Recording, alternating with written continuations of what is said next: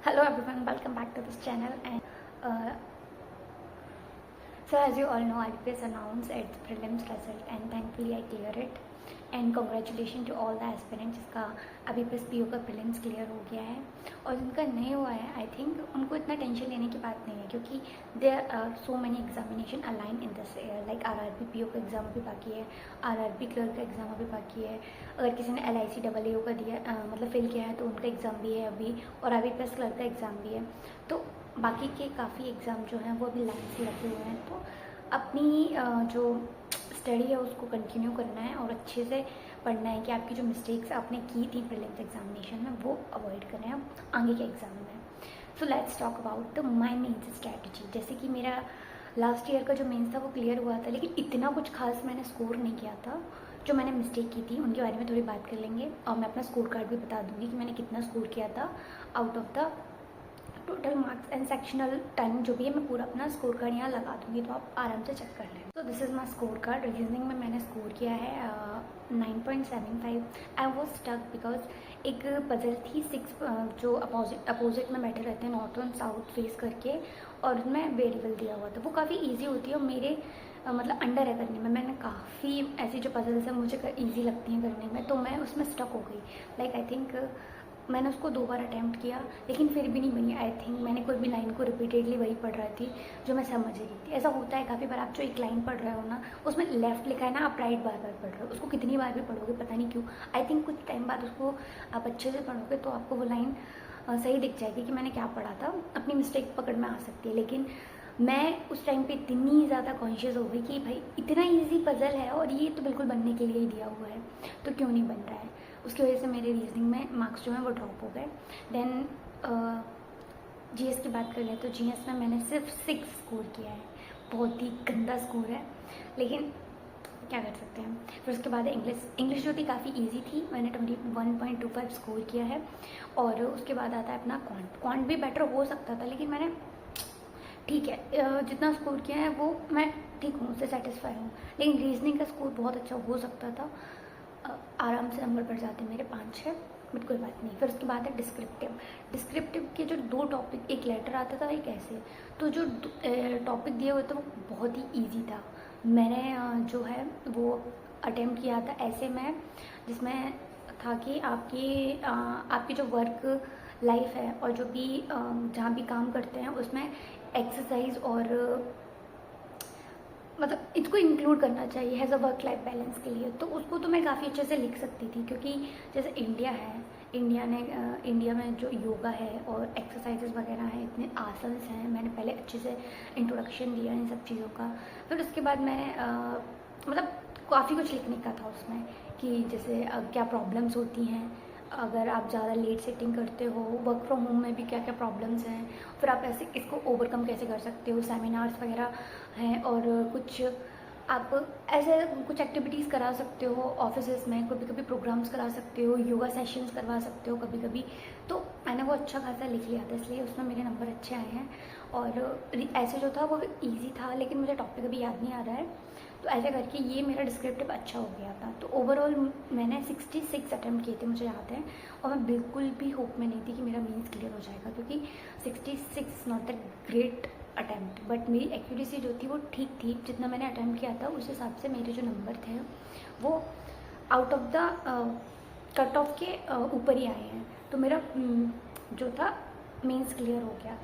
64 point something cut off था और मैंने 68 मतलब ज़्यादा तो स्कोर नहीं किया है कट ऑफ से। अगर मैं थोड़ा सा 10 मार्क्स अपने जितना नंबर मैंने अभी स्कोर किया है अगर उससे 4 या 5 नंबर ज़्यादा स्कोर कर लेती तो मेरा IBPS PO लास्ट ईयर हो जाता था।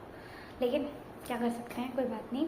तो ये मैंने बताया मेरा 2024 का। तो अभी डिस्कस कर लेते हैं कि 2025 में आपकी जो स्ट्रैटेजी है वो कैसी होनी चाहिए एक IBPS PO के मेंस के एग्ज़ाम को क्लियर करने के लिए। और मेरे पास जितना टाइम बचा है मैं उसमें क्या क्या पढ़ सकती हूँ और आप भी क्या क्या पढ़ सकते हो।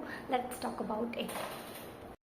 सो हैज़ वी ऑल नो कि अभी जो टाइम है वो बिल्कुल भी नहीं है कि आप मेंस पढ़ना शुरू करो।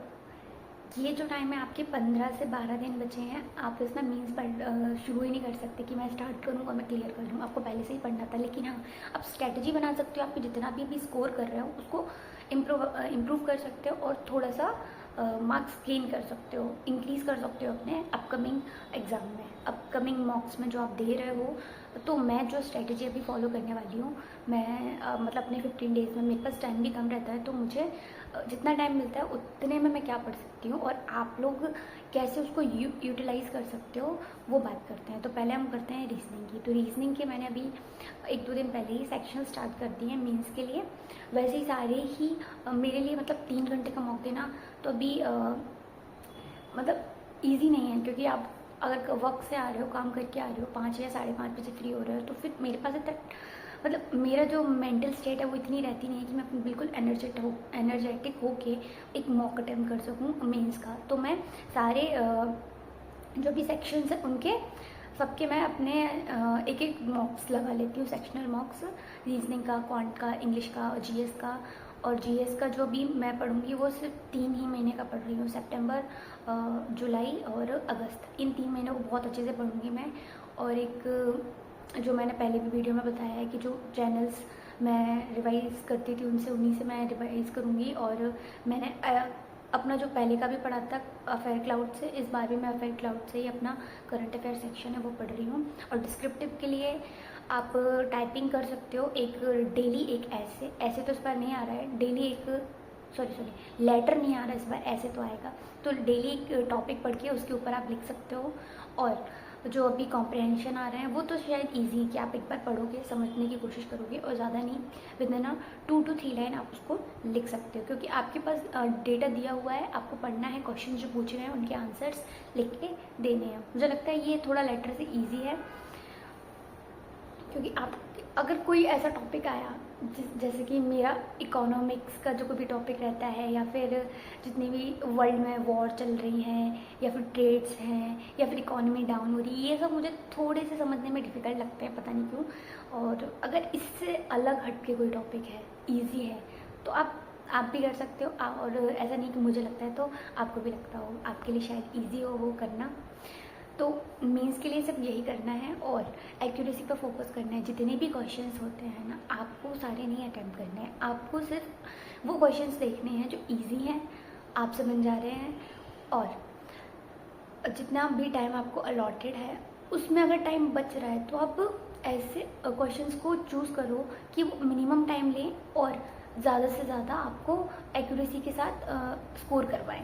जैसे रीजनिंग में आप पहले जो क्रिटिकल रीजनिंग होती है आप उसको मत अटेम्प्ट करो, क्योंकि अगर आपने लास्ट के 2 to 3 मिनट्स बचे, अगर आपके पास कोई ऐसा क्वेश्चन है जो करने योग्य है, तो वो है क्रिटिकल रीजनिंग का। तो क्रिटिकल रीजनिंग का जो क्वेश्चन होते हैं वो आप पढ़ के कर सकते हो 2-3 मिनट में, लेकिन कोई पजल नहीं कर सकते हो मेंस की। तो आप जो क्रिटिकल रीजनिंग है या फिर ऐसे कोई क्वेश्चन है जो विद इन 2 to 3 मिनट्स होने वाले हैं, उनको स्किप कर दो स्टार्टिंग में, उनको एंड में रखो, क्योंकि अगर आपके पास टाइम है तो आप उतने टाइम में उसको अटैम्प्ट कर सकते हो। ऐसे ही क्वांट में है, क्वांट में तो DI वगैरह है उनको पहले करनी है। जैसे प्रीलिम्स में होता है कि हमें स्पीड मैथ पहले करना है, ये सब चीज़ें, लेकिन मीन्स में ये नहीं करना है। मीन्स में हमें वो चीज़ करनी है जो डिफ़िकल्ट है, क्योंकि अगर वो नहीं बनी तो बाकी का जो टाइम है उसमें आप उसको यूटिलाइज़ कर सकते हो। जैसे अगर आपके पास 15 मिनट बचे तो 15 मिनट में ऐसे क्वेश्चंस कर सकते हो। मैं ये नहीं कह रही हूँ कि आप टोटली ऐसे क्वेश्चंस पिक करो जो बड़े हैं, लेंथी हैं। स्टार्टिंग में विद 5 to 6 मिनट आप ऐसे क्वेश्चंस करो जिसमें 4 से 5 क्वेश्चन बन जाएँ। जैसे क्वांट में कभी कभी आ जाते हैं, अलजेब्रा वाले आते हैं, तो आप वो कर सकते हो। और रीजनिंग में भी कभी कभी 1-1, 2-2 नंबर के आते हैं, वो भी इजी होते हैं, तो आप वो कर सकते हो। फिर जब वो बन जाए ना, तो आपके ऐसे 4-5 नंबर स्कोर हो गए वहाँ से, तो आप एक पज़ल उठा सकते हो, वो पज़ल कर लीजिए। वो पज़ल आपकी बन गई तो उसके बाद आप 10 से अगर 15 नंबर स्कोर हो चुके हैं और अभी भी आपके पास 10 मिनट्स हैं, तो आप कहीं ना कहीं सेटिस्फाई होते हो कि 15 नंबर तो यहाँ से आ ही जाएंगे। अब मैं कोई भी क्वेश्चन अटैम्प्ट करूँगा तो वो मुझे अपने मार्क्स को जो है वो बढ़ाने में ही हेल्प करेगा। तो जो कॉन्फिडेंस है ना, आप अटैम्प्ट करने के बाद एंड में जो टाइम भी बचता है और आपने जितना सोचा था उस हिसाब से अगर अटैम्प्ट भी हो जाए तो अलग ही लेवल का होता है। तो आपको ये करना है। और इंग्लिश का लास्ट ईयर का पेपर काफ़ी ईजी था, और मतलब इंग्लिश के लिए अभी कुछ ऐसे एक्स्ट्रा करने की ज़रूरत नहीं है। इंग्लिश में आप जितने भी मतलब मैम की वीडियो आई हूँ, निमिषा मैम की वीडियोज़ हैं वो पढ़ सकते हो, और सेक्शनल दे सकते हो। सेक्शनल को अच्छे से एनालाइज करो। मैं कहूँगी जितने ज़्यादा सेक्शनल दोगे बेटर है इंग्लिश के लिए अभी। और डिस्क्रिप्टिव प्लीज़ फोकस करना, क्योंकि डिस्क्रिप्टिव जो है आपके मार्क्स बढ़ाने में बहुत हेल्प करेगा। डिस्क्रिप्टिव एंड जीएस, तो ये 2 चीज़ें हैं वो आपको अच्छे से अभी पढ़नी ही पढ़नी है। विद इन 15 डेज़ आपको ये ही जो है वो मार्क्स स्कोर करेंगी, बूस्ट करेंगी आपका, क्योंकि ये सारी चीज़ें तो जैसे रीजनिंग है, पजल आई बन गई तो ठीक है, नहीं बन रही तो उस टाइम में कुछ नहीं कर सकते हैं। जीएस आपने पहले से पढ़ रखी है, क्वेश्चन आया है तो आप अटेम्प्ट करोगे और आपके मार्क्स ऑब्वियसली बढ़ जाएंगे वहाँ से। और डिस्क्रिप्टिव टॉपिक है आपके पास, आपने पहले से स्पीड बढ़ा के रखी है, पहले से अटेम्प्ट करके रखा है, कुछ ऐसी लाइन्स हैं। मैं ये नहीं कह रही बहुत अच्छा लिखना है, ऐसी इंग्लिश लिखनी है जैसे एडिटोरियल में आती है। मैंने जो लिखा था लास्ट बिल्कुल ईजी लिखा था, लाइक 5th और 6th क्लास का बच्चा भी उसको पढ़ेगा और समझने में आएगा कि मैंने क्या लिखा है। हाँ 2-3 वोकैब है, मतलब कुछ अच्छी वोकैब्स डाल सकते हो, आपको पता है तो वो डाल दो। जैसे इंपॉर्टेंट है, इंपॉर्टेंट की जगह नेसेसरी लिख दो, इम्पेरेटिव लिख दो, मैंडेटरी लिख दो, कुछ मतलब ऐसे वर्ड्स लिख दो थोड़ा सा पढ़ने में अच्छा लगे कि हाँ किसी पढ़े लिखे इंसान ने लिखा हुआ है, काफ़ी है ये सब।